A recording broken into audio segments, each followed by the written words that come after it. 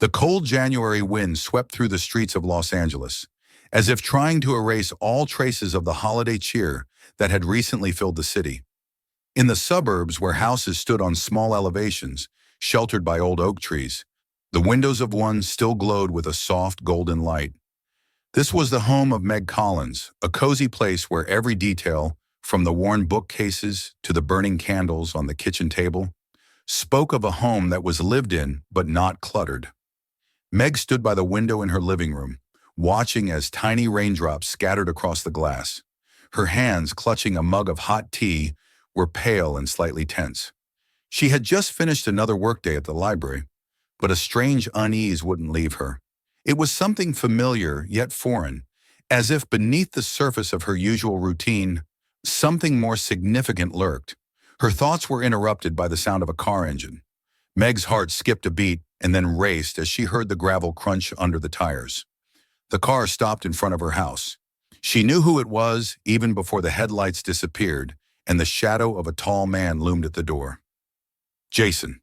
She barely had time to set the mug on the table when his familiar knock sounded, two quick and one slow. That knock had always been their personal signal, a symbol of something they both considered special. Her fingers trembled as she approached the door and opened it.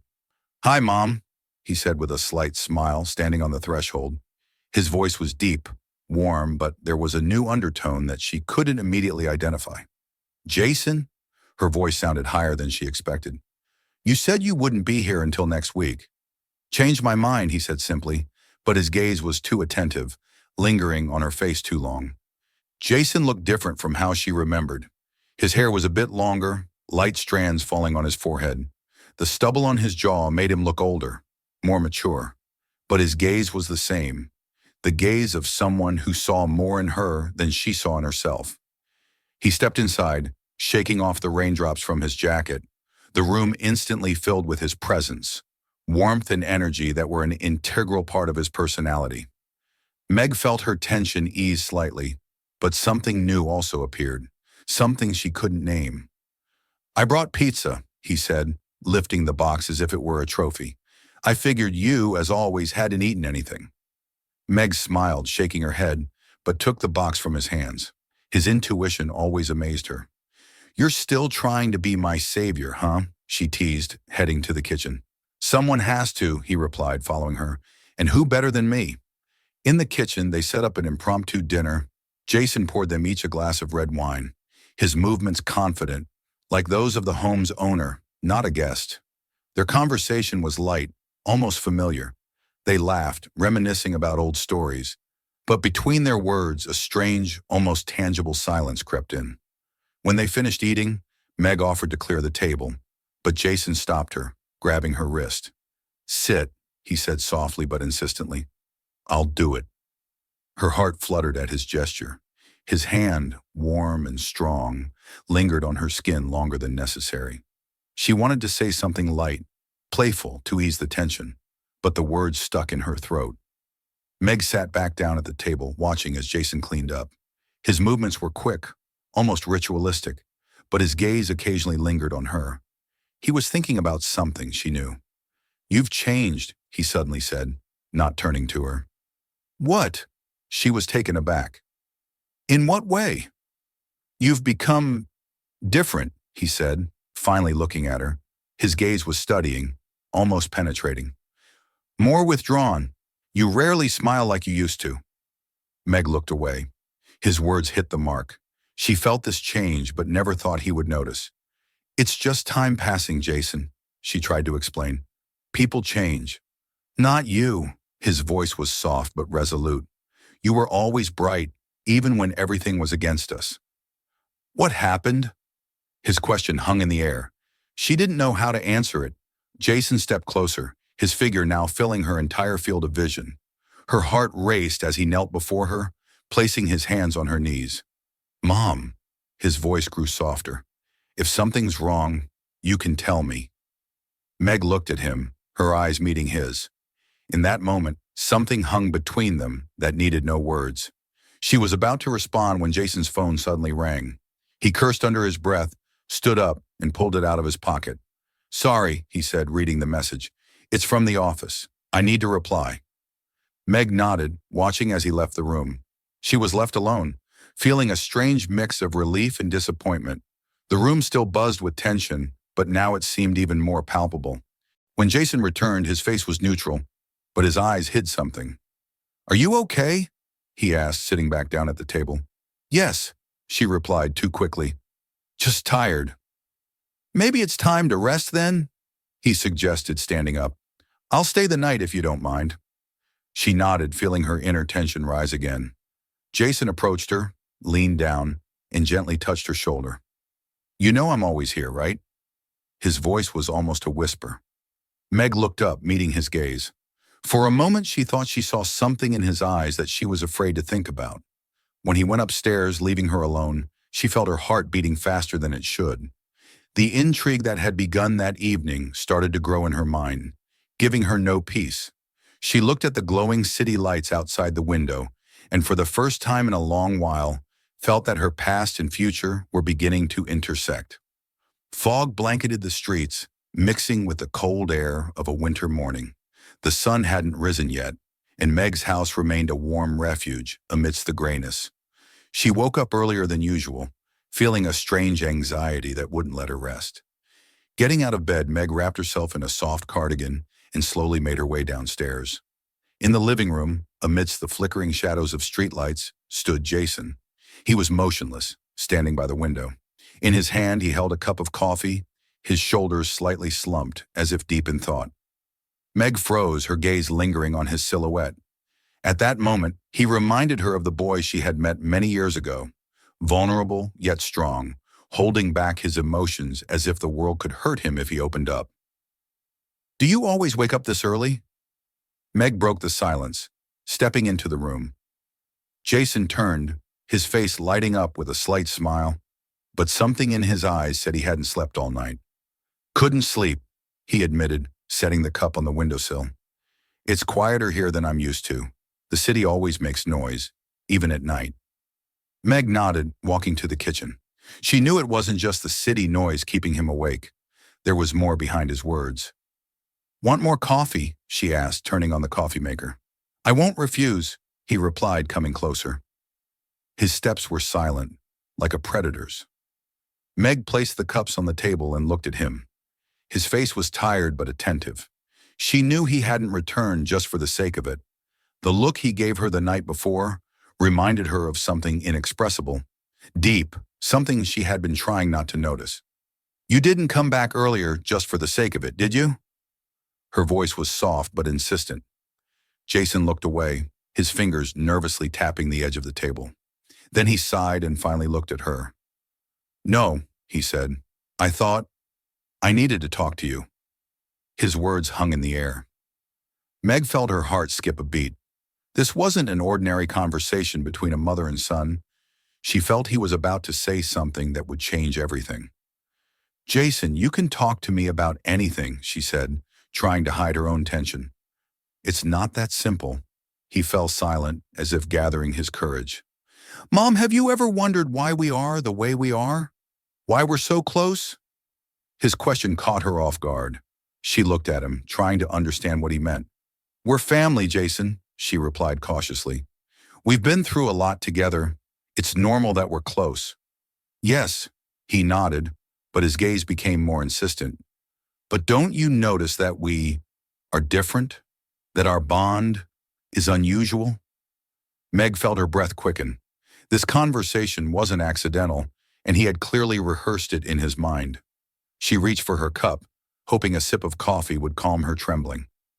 You don't think that's bad, do you? She asked, trying not to show how much his words had affected her. No, he said, and his voice wavered. I think it's scary, because I can't stop thinking about it. She looked at him, her eyes wide with surprise. He looked vulnerable, almost childlike, afraid to tell the truth. And yet behind that fear, there was something more, a feeling he desperately tried to express. Jason, what are you talking about? Her voice was barely audible. He stepped closer, his gaze fixed on her face. I'm talking about us, Mom, he said softly but firmly. About what's between us. At that moment, the room seemed to disappear. All Meg could hear was the sound of her own breathing. Her hands trembled, but she couldn't look away from his eyes. "You're wrong," she tried to object, but her voice sounded weaker than she expected. "There's nothing like that between us." "Really?" His voice became sharp, and disappointment appeared in his eyes. "Do you really think so? Or are you just afraid to admit it?" Meg stood up, pushing the chair back. She felt her heart pounding, her mind searching for justifications to end this conversation. "Jason," she said, looking away. "You're tired. You're just tired." He stepped closer, and she felt his warmth, which seemed too close, too wrong. "Tell me you feel nothing." His voice was almost a whisper. "Tell me, and I'll stop." Meg opened her mouth to respond, but the words didn't come. She looked at him, trying to find the strength to say what they both knew was a lie. But uncertainty reflected in her gaze, which she couldn't hide. "Jason," she whispered, but he had already stepped back, his gaze filled with bitterness. "I'm sorry," he said, turning away. "I shouldn't have." He left her alone in the kitchen, and silence filled the room. Meg slumped into the chair, feeling her world crumbling. She couldn't deny that something had changed. Something that had always been between them was now obvious. The day was gray and cold, as if nature itself reflected Meg's inner state. She stood on the porch, looking at the lifeless trees along the street. Several hours had passed since their conversation in the kitchen, but Jason's words still echoed in her mind. "Tell me you feel nothing." They were like a brand in her consciousness. She shook her head, trying to rid herself of this obsessive memory and return to the house. Inside it was warm, but the feeling of cold wouldn't leave her. Jason was upstairs in his room, and Meg didn't know how they would talk now. Everything had changed, and she couldn't shake the feeling that this was just the beginning of something much more complex. In the kitchen, she tried to busy herself with familiar tasks, making tea, checking the mail, but her hands kept shaking. She felt like the walls of the house were closing in, the air growing heavy. Finally, she couldn't take it anymore and went upstairs. She knocked on the door of Jason's room. "Can I come in?" she asked, trying to keep her voice calm. "Come in," came his voice. It was quiet but still tense. She entered and saw him sitting on the bed with a book in his hands. He looked up at her, but his gaze was distant. "Are you okay?" she asked, crossing her arms. "Are you?" His question sounded like a challenge. Meg sat on the edge of the bed, not knowing what to say. Words stuck in her throat, but the silence between them became unbearable. "Jason," she finally said, "I don't want there to be any misunderstanding between us."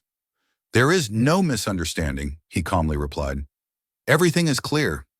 "No, it's not clear," she objected, feeling her anxiety growing. "I can't ignore what you said." He put the book aside and looked her straight in the eyes. "And what are you going to do about it?" he asked. This question caught her off guard. She didn't know what to answer. Everything she felt was a tangled mess, wrong, yet undeniable. His fingers lingered on her hand a little longer than necessary, and she didn't pull away. "Jason," she said finally, her voice trembling, "we can't." He leaned closer, his gaze focused on her face. "And what if we've already crossed that line?" he whispered. Her eyes filled with tears, but she couldn't look away. At that moment, there was no space between them, neither physical nor emotional. She knew she should do something, say something to put an end to this. But her body wouldn't obey. And when he moved even closer, almost touching her face, she didn't move away. Instead, she felt her heart skip a beat and then race. In his gaze, she saw so much pain, so much desire, that she couldn't resist.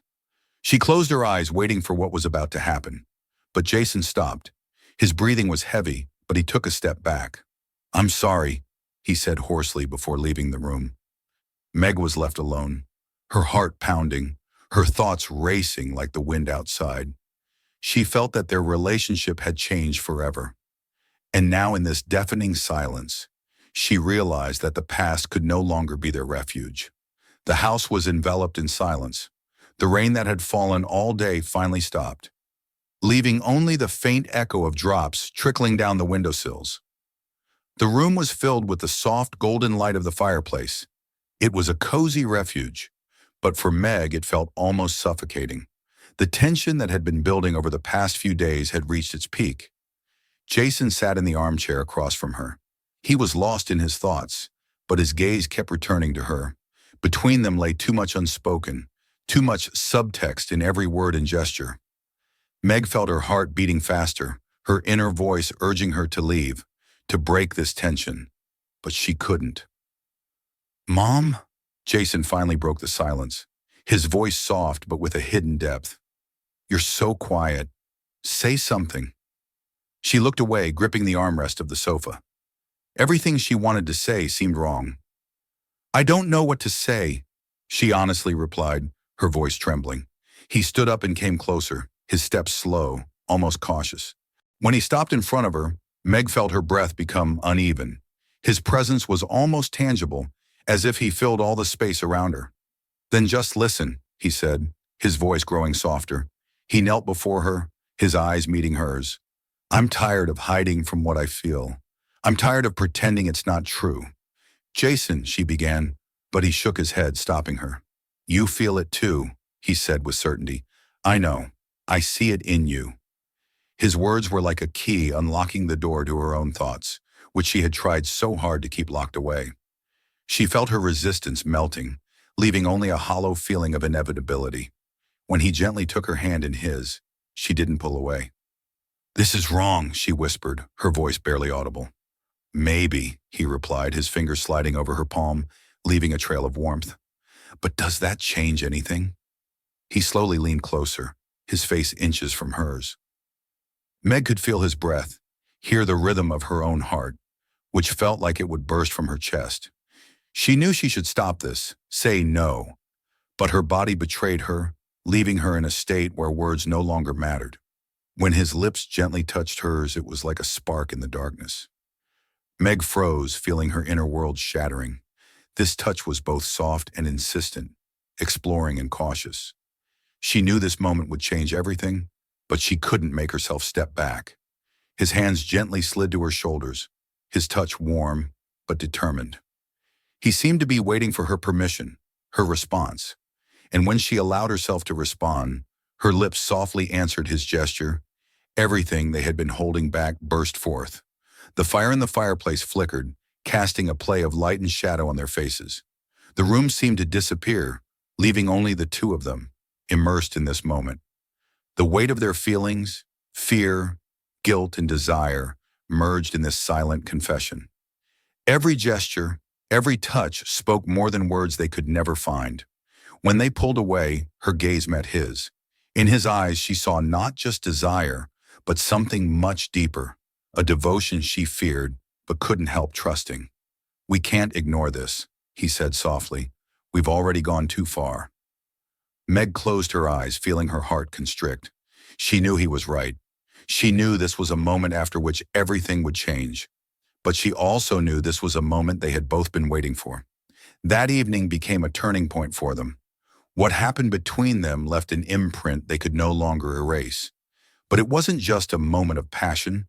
It was a collision of their emotions, their fears, and their love. Now they had to face the consequences. But at that moment, all that mattered was that they were together. Morning arrived quietly, as if the world had paused, pondering the events of the previous night. The first rays of the sun filtered through the curtains, filling the room with a soft, muted light.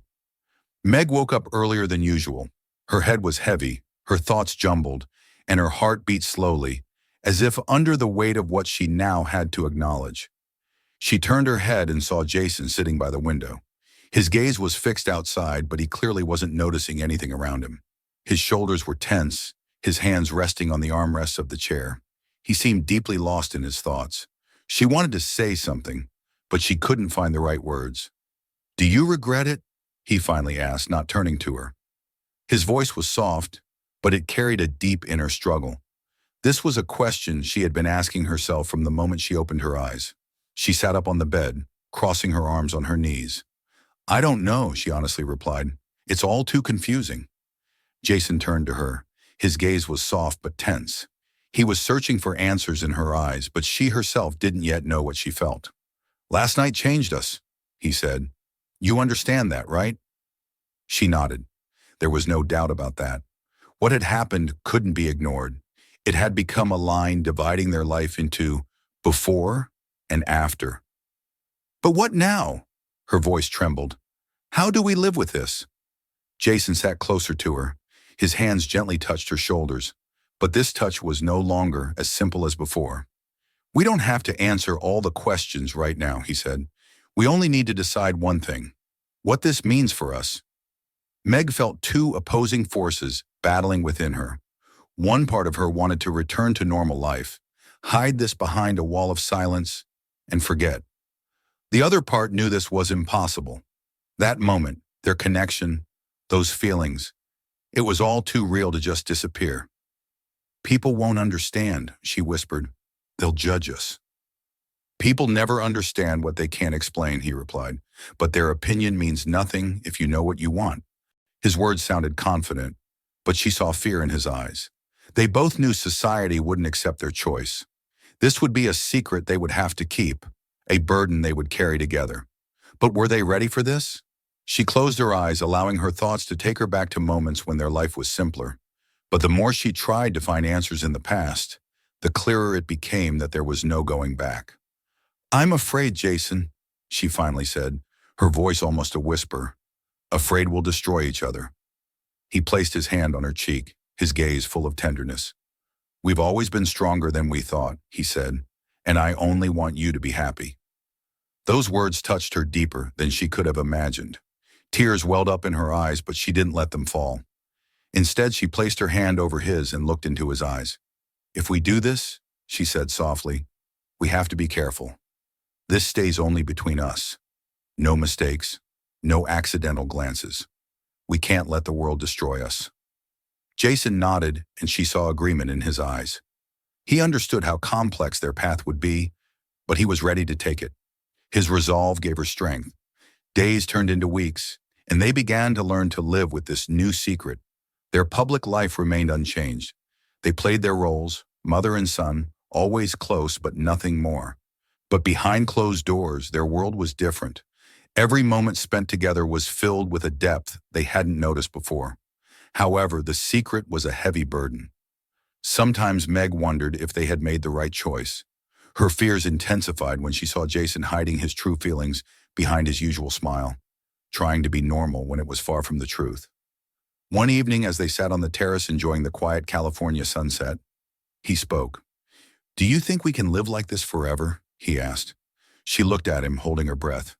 I don't know, she replied, but I know we have this now, and I'm ready to fight for it. His smile was sad but genuine. He nodded, as if agreeing with her words. And in that moment, they understood that the future would be full of challenges. But despite everything, they had one thing: their connection, which had made them stronger than they ever could have imagined. It was a love they couldn't name, but it was their love, and it meant everything.